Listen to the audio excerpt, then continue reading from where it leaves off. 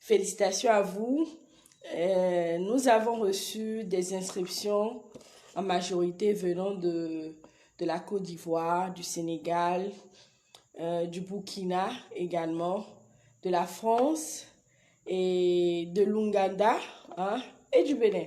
Ah ça, franchement, je suis très contente parce que cette formation, c'est vraiment la première vague, le premier cours qui a été conçu 100% en ligne et que des personnes qui soient à l'extérieur puissent s'intéresser à ça et qui puissent valider leur paiement, qui puissent avoir confiance du premier cours. Franchement, c'est pas donné.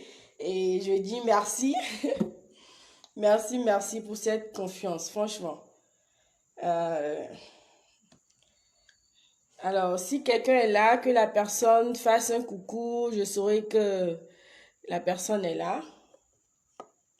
Je fais donc ce direct au sein de notre communauté Facebook afin de répondre à vos préoccupations. C'est vrai que certaines personnes ont laissé des questions sur la plateforme, mais j'ai jugé bon faire ce direct, répondre ici pour permettre aux autres apprenants également d'en profiter et permettre aussi aux autres de pouvoir apprendre, de pouvoir découvrir. Pour ceux qui viennent de nous rejoindre, je vais me présenter. Je suis Maëla Kako, chef pâtissière, consultante en pâtisserie saine, plus précisément en pâtisserie sans gluten. C'est vraiment ma spécialité. Je suis également formatrice et professeure dans les écoles professionnelles. Sur mon parcours, j'ai fait une formation, j'ai formé déjà près de 200 personnes et j'ai 5 ans d'expérience dans le domaine de la pâtisserie.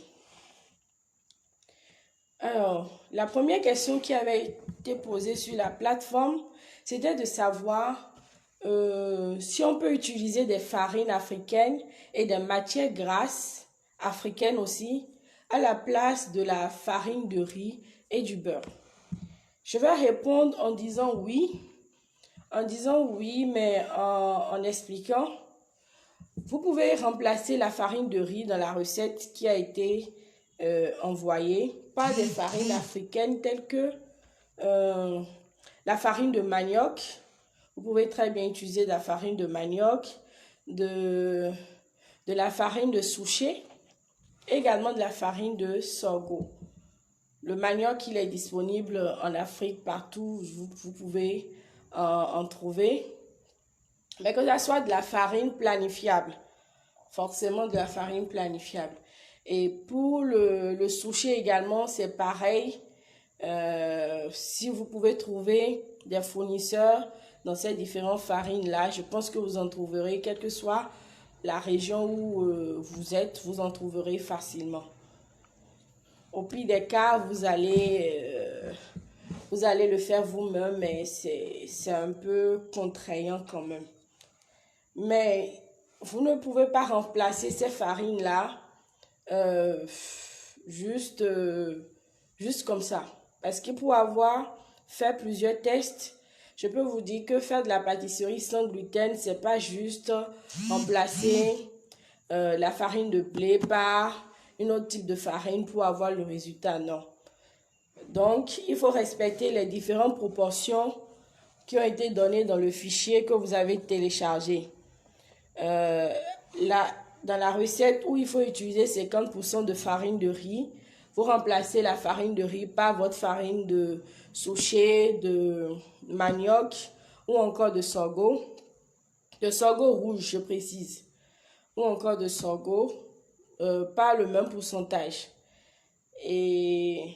Mais sinon, idéalement, comme je vous le dis, j'ai l'habitude de le dire, j'ai fait plusieurs tests et je sais ce qui marche.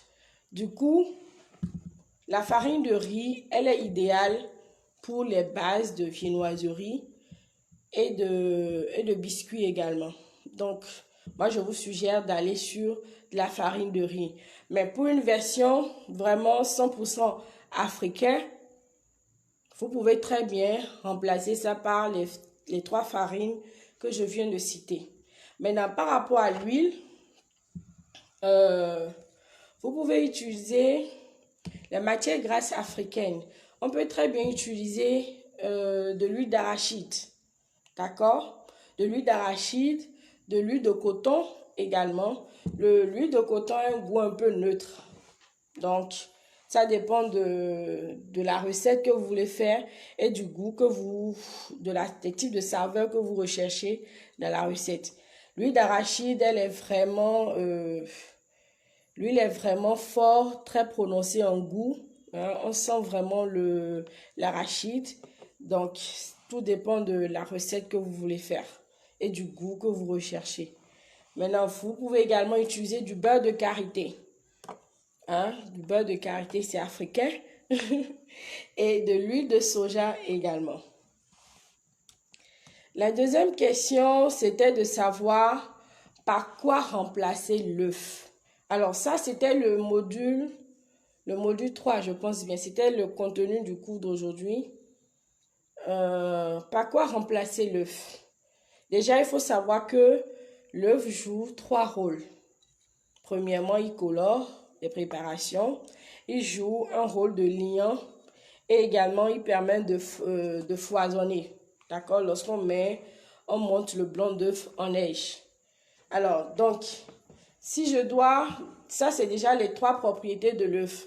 Donc, pour remplacer ça, forcément, je vais remplacer par des produits qui vont me permettre à la fois de colorer, également de lier les préparations et de foisonner. Et donc, pour la coloration, vous pouvez partir sur du curcuma, tout simplement, pour apporter une certaine coloration à vos préparations. Et surtout, que le jaune d'œuf est utilisé pour faire de la dorure, lorsqu'on fait des viennoiseries. Donc, avec du curcuma, vous pouvez facilement passer le curcuma sur vos viennoiseries, vos produits. Maintenant, vous pouvez également utiliser du lait végétal, quel que soit le lait végétal que vous choisissez. Vous pouvez prendre du lait végétal avec mélanger ça avec quelques 2 pincées de curcuma.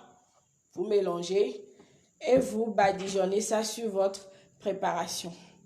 Maintenant, par rapport au liant, vous pouvez remplacer l'œuf par de la fécule de maïs. Parce que la fécule de maïs, ça permet de lier également. Maintenant, quand il s'agit, et ça c'est bien pour quand il s'agit de faire des crèmes. Mais par rapport au cake, vous n'allez pas utiliser de la fécule de maïs. Déjà que la fécule de maïs fait partie des farines que vous allez utiliser dans la composition. Mais pour apporter de liant dans cette recette, vous allez partir sur de la purée. De la purée des compotes de fruits ou encore des purées.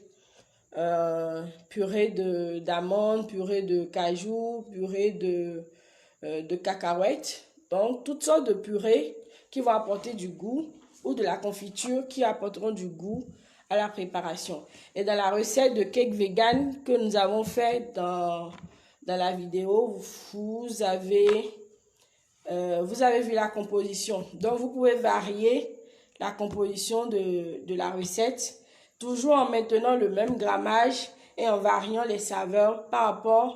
On avait utilisé de la purée de cajou, je pense bien. Vous remplacez la purée par d'autres types de purée ou de confiture qui vous fait envie, tout simplement.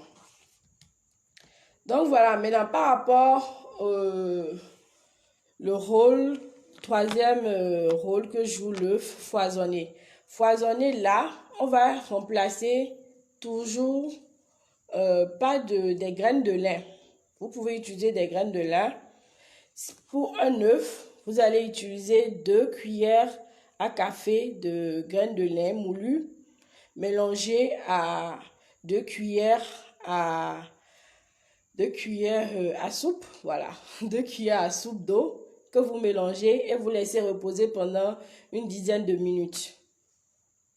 Et vous utilisez. Donc, voilà un peu. Quelqu'un voulait savoir s'il y avait la recette de pâte à pizza prévue dans le cours.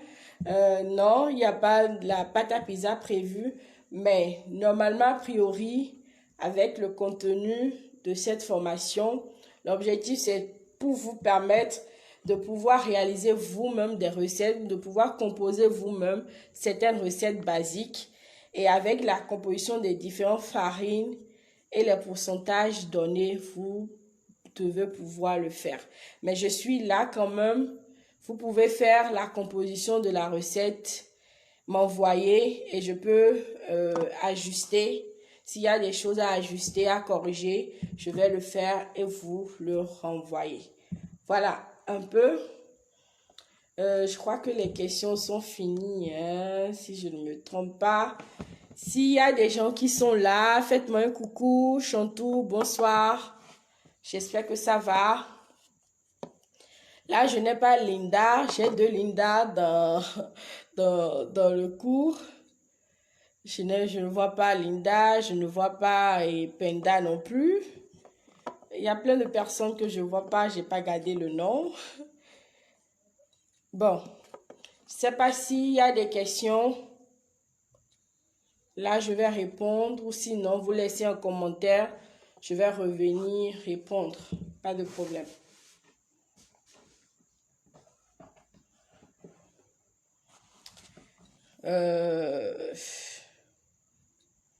Je ne vois pas de commentaires. Mais bon, je pense que s'il y a des questions, vous allez mettre un commentaire ou soit en inbox, soit dans le groupe, soit encore sur la plateforme.